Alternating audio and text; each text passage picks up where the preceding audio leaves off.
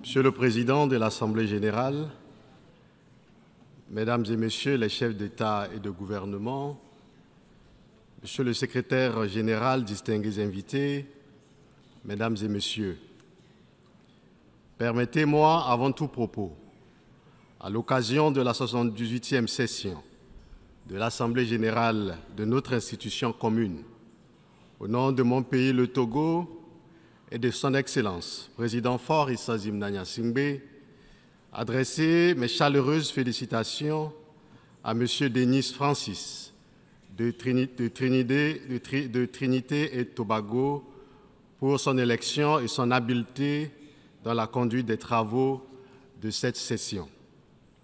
My warm congratulations also go to not only to his predecessor, Mr. Shaba Kourosi, who chaired.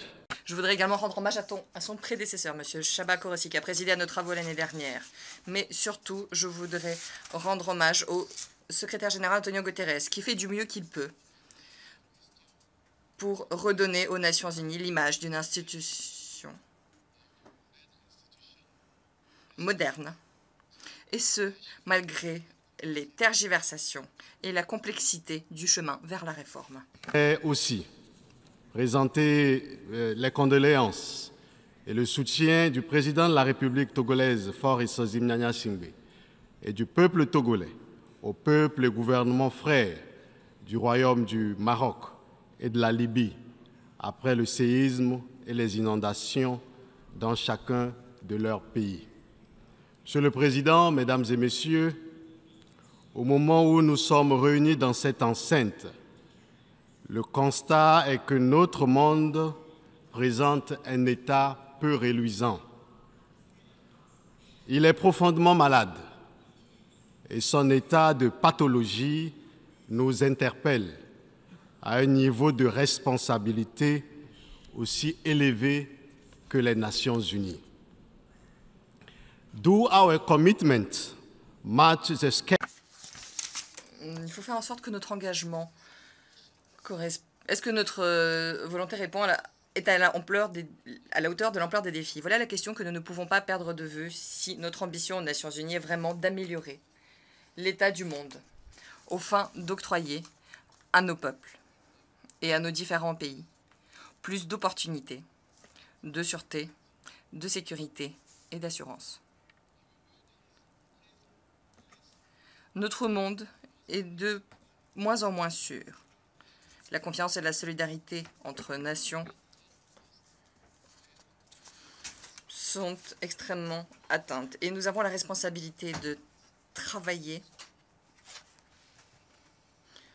pour redécouvrir la signification de nos humbles engagements.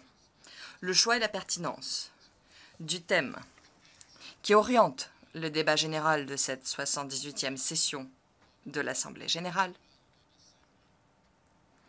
à savoir rétablir la confiance et raviver la solidarité mondiale, accélérer l'action menée pour réaliser le programme 2030 et ses objectifs de développement durable en faveur de la paix, de la prospérité, du progrès et de la durabilité pour tous. Traduit avec clarté et incontestablement l'état non viable, perturbé et instable du monde, mais aussi notre détermination à faire les choses en mieux. L'émergence de nouveaux foyers de tension dans le monde doit nous interpeller. Monsieur le Président, Mesdames et Messieurs, je viens d'un pays, le Togo, et d'un continent aujourd'hui très éprouvé, l'Afrique. Oh, notre Afrique, Afrique des libertés, Afrique de nos pères, oh, Afrique de nos mères, tu es blessé et meurtri. Notre continent, l'Afrique, fait face à une vulnérabilité multisectorielle, vulnérabilité face à une faiblesse de nos revenus, vulnérabilité due au faible niveau de développement, vulnérabilité face aux crises sanitaires de grande envergure, vulnérabilité due aux effets du changement climatique, vulnérabilité due à la perturbation des chaînes d'approvisionnement alimentaire mondial, vulnérabilité due à l'envahissement de l'espace cybernétique africain par les cybercriminels et la désinformation, vulnérabilité due à la récurrence des conflits armés et à l'actualité de la guerre,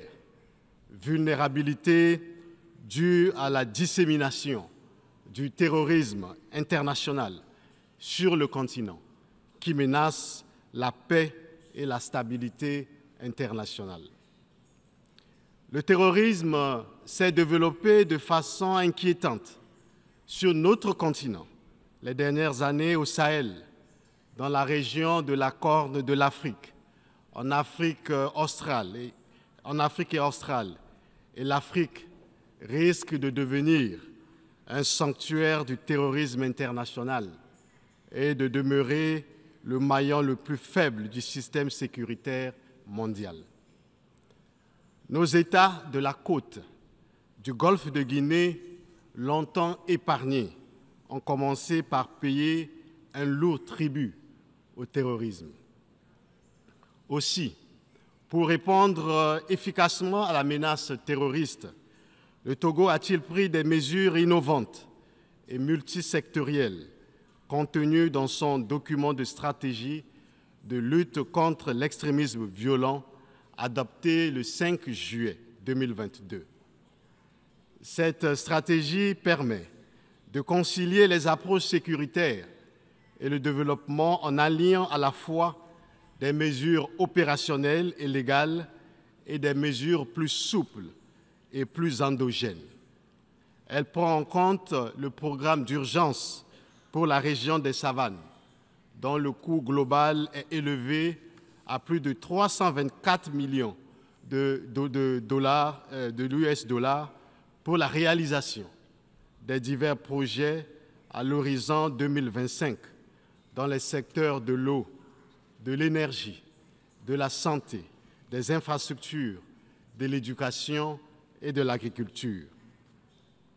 C'est ici le lieu d'exprimer la reconnaissance du gouvernement togolais à l'endroit de tous nos partenaires dans la lutte contre le terrorisme et souhaiter un renforcement constant des différents partenariats pour venir à bout de cette nébuleuse terroriste.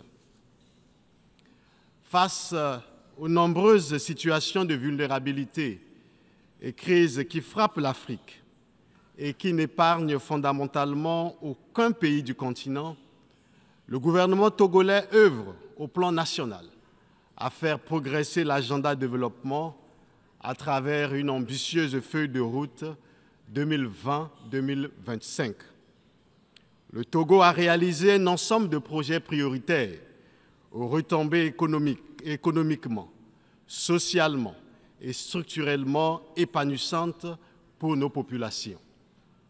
La santé à travers la mise en place d'une couverture santé universelle, la souveraineté alimentaire, l'inclusion socio-économique et le travail décent pour l'épanouissement de tous et une prospérité partagée restent les chantiers prioritaires de l'action gouvernementale. Monsieur le Président, Mesdames et Messieurs, les efforts du gouvernement visant à faire du Togo un pays ouvert au monde se poursuivent. Il nous tient à cœur de renforcer la stabilité économique, sociale et démocratique qui concourt à l'attrait des investisseurs et qui garantissent la place du Togo en tant que destination privilégiée. Les actions multiformes que nous menons s'arriment aux engagements onusiens et africains des agendas 2030 et 2063 et s'inscrivent dans la quête commune d'un développement durable, partagé par tous les membres des Nations Unies. Dans ce programme, une place de choix est accordée à la protection et la préservation de l'environnement. Il s'agit là de la traduction dans les faits de la détermination du Togo à s'unir à l'effort international en matière de lutte contre les effets néfastes des changements climatiques. Ainsi, pour gérer et protéger durablement les écosystèmes marins et côtiers, le gouvernement togolais a axé ses priorités, d'une part, sur la gestion et la protection durable des écosystèmes marins et côtiers, la réglementation de la pêche, la réduction de la vulnérabilité des personnes et des biens aux phénomènes climatiques extrêmes, et d'autre part, sur la lutte contre la pêche illicite, non déclarée et non réglementée et la promotion de l'économie bleue. En matière de protection durable de l'environnement marin et côtier, le Togo a mis en place un programme régional de gestion intégrée du littoral et de lutte contre l'érosion côtière. Le Togo ambitionne d'assurer la protection de 90% de ses côtes à l'horizon 2025. Enfin, dans le cadre de la préservation et de la restauration des écosystèmes et la lutte contre la désertification, le Togo a lancé un important programme national de reboisement d'1 milliard d'arbres à l'horizon 2030, interdit l'importation, la commercialisation et l'utilisation du glyphosate et de tous les produits le contenant, ainsi que la promotion de l'utilisation des biopesticides et biofertilisants dans notre pays. Dans le domaine des énergies renouvelables, des partenariats stratégiques et diversifiés ont été noués pour la fourniture des services fiables, modernes et à moindre coût en milieu rural. Ainsi, les fonds d'accès à l'électricité par tous dénommé Fontinga a été créé avec pour ambition de permettre au Togo de garantir à l'horizon 2030 un accès universel à des services énergétiques fiables, durables, modernes et à un coût abordable. À travers le projet CISO, des kits d'énergie solaire sont fournis aux populations rurales vulnérables sur toute l'étendue du territoire national, tandis que le gouvernement poursuit inlassablement l'installation de centrales photovoltaïques et de mini-centrales solaires, contribuant ainsi au renforcement de la part contributive de l'énergie renouvelable dans la politique de gestion énergétique du Togo. Monsieur le Président, ainsi nous tenons à saluer les engagements pris et annonces faites lors de la COP 27, notamment la création d'un fonds spécifique sur le financement des pertes et préjudices au profit des pays vulnérables durement touchés par les catastrophes climatiques. Il s'agit d'une avancée majeure dans le cadre de la justice climatique tant exigée par les pays en développement. Toutefois, beaucoup d'efforts doivent être consentis en ce qui concerne la réduction des émissions de gaz à effet de serre et l'utilisation des énergies fossiles, entre autres. À cet égard, nous formons le vœu que la COP 28, prévue à Dubaï en novembre de cette année, nous permette de constater des évolutions significatives dans la mise en œuvre des engagements que nous nous sommes donnés. Le sommet sur l'ambition climatique, tenu ce 20 septembre 2023, ici, est donc venu à point nommé pour témoigner de l'existence d'une volonté réelle d'accélérer la mise en œuvre d'une transition juste vers un monde équitable et plus résilient au changement climatique. Monsieur le Président, Mesdames et Messieurs, dans un environnement continental aux défis pléthoriques et caractérisée par l'expansion du terrorisme international et l'émergence de nouvelles zones de tension, l'Afrique cherche sa voie et le Togo soutient les efforts de paix en Afrique.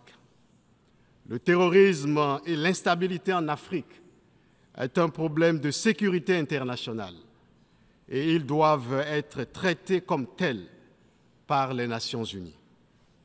Notre région ouest-africaine, où plusieurs États sont en transition, dans un contexte sécuritaire volatile, doit être soutenue dans un élan de solidarité active.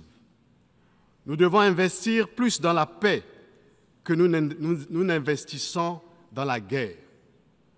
Si les protagonistes des différents conflits dans le monde nous écoutent, je voudrais leur dire que la guerre est une négation de la dignité de la personne humaine. Emmanuel Kant, ce grand philosophe des Lumières, disait « Si les décideurs de la guerre pouvaient envoyer leurs propres enfants au front, jamais il y aurait la guerre. » Le Togo est un pays de paix et le Togo s'oppose à la guerre, quelles que soient les raisons. Depuis notre indépendance, le 27 avril 1960, jamais le Togo a fait la guerre à ses voisins. Jamais le Togo a agressé ses voisins ou un quelconque pays. Jamais le Togo a servi de base arrière pour une quelconque agression contre un pays frère. Le Togo est un pays de paix. La paix est dans l'ADN du peuple togolais. Le Togo a toujours été un pays de médiation qui favorise le dialogue, la négociation et l'entente entre les peuples et les gouvernements. Le 6 janvier de cette année, 49 soldats ivoiriens ont été libérés grâce à la médiation du président de la République togolaise, le président Faure Gnassingbé, mettant fin à la tension entre les gouvernements de Côte d'Ivoire et du Mali. Le Togo a accueilli sur sa terre les différents pourparlers de paix. Et nous pouvons les citer. Nous avions le Tchad dans les années 1982, la Sierra Leone en 1991, le Libéria en guerre en 1991, la Côte d'Ivoire dans les années 2000, etc., etc. Nous appelons à la désescalade et à la cessation des hostilités dans les différents foyers de tension dans le monde et en particulier en Afrique de l'Ouest.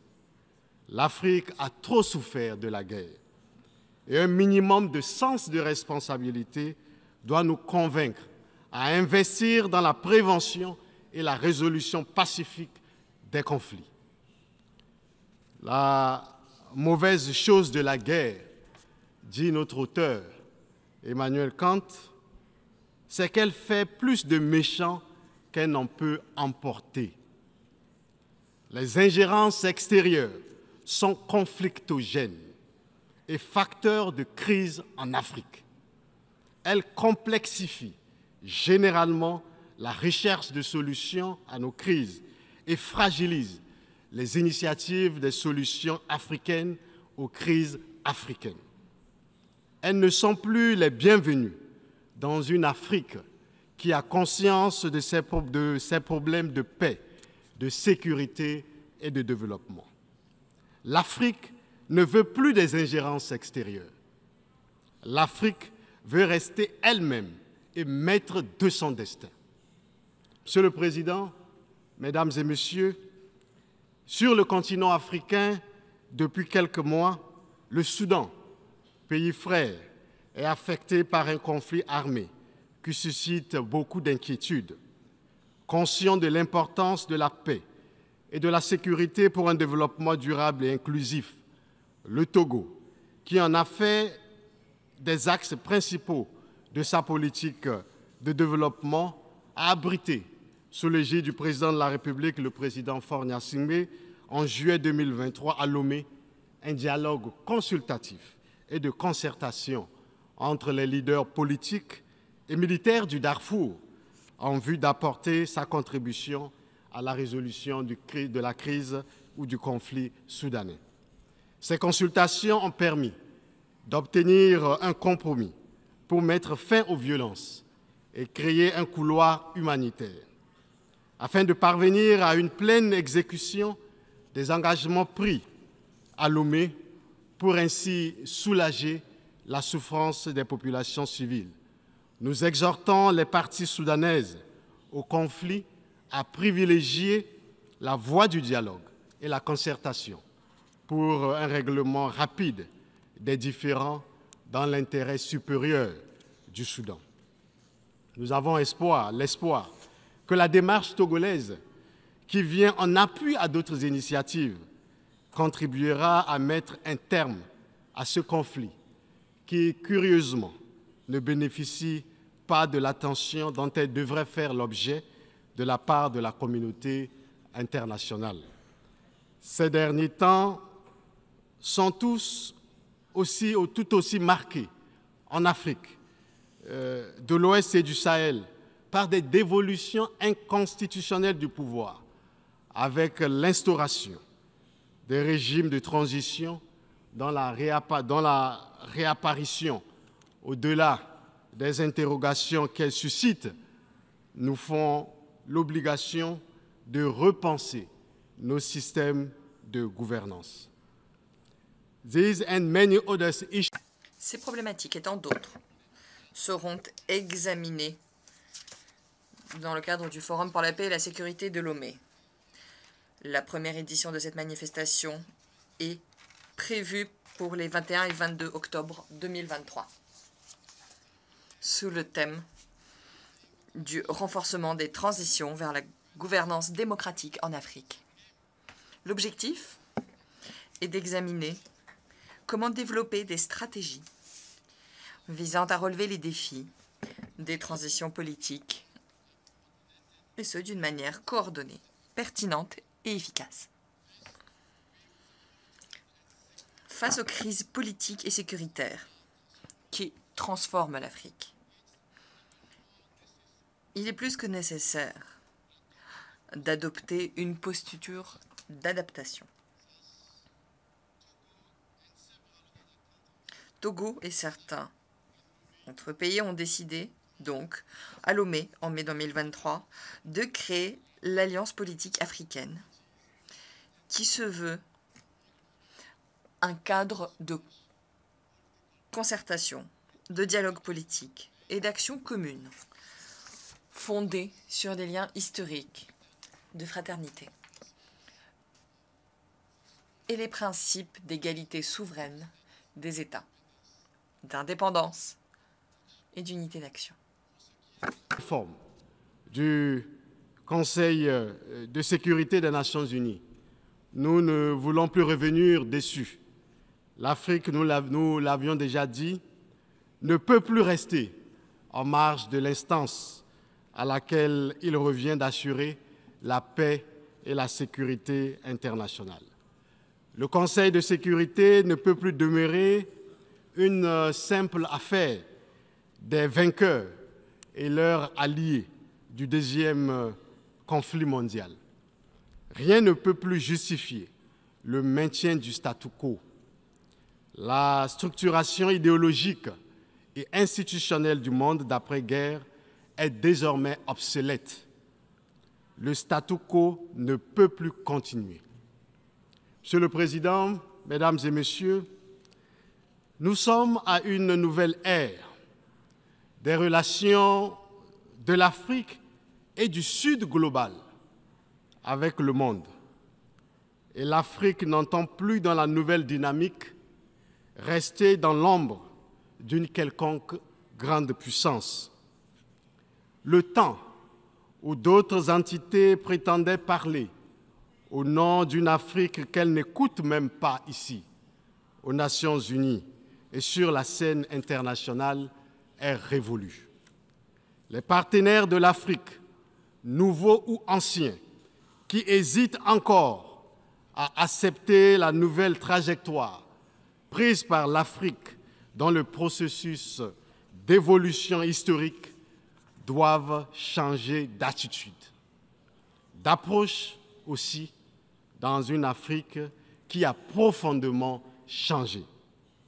Ces dernières décennies, notre monde a subi de grandes révolutions silencieuses dont la signification profonde réside dans le renouveau qualitatif qu'elles induisent dans les relations entre les nations et qui les accompagnent dans leur propre histoire. La réalité du monde, c'est qu'il n'y a plus de centre de gravité monopolistique. Le centre du monde est désormais ici et nulle part ailleurs. Personne n'est le centre du monde. En tout état de cause, ce qui est clair et que nous voudrions rappeler ici, c'est que l'Afrique regarde désormais ses relations avec les grandes puissances par rapport à ses propres intérêts. L'année dernière, depuis ce même pupitre, je vous ai dit que l'Afrique ne voulait plus s'aligner sur les grandes puissances, quelles qu'elles soient. Le rôle assigné à l'Afrique en ce XXIe siècle évoque l'image que certaines puissances de notre continent ont toujours. L'image d'une zone d'influence. Nous devons nous préoccuper de la place que l'Afrique occupe sur la scène mondiale. Aujourd'hui, l'Afrique n'occupe pas la place qui devrait être la sienne sur la scène internationale. Les grandes puissances veulent réduire l'Afrique à une entité purement instrumentale au service de leur cause. Et de toute évidence, ne veulent pas que notre continent puisse jouer un rôle important. Les fractures de l'ère coloniale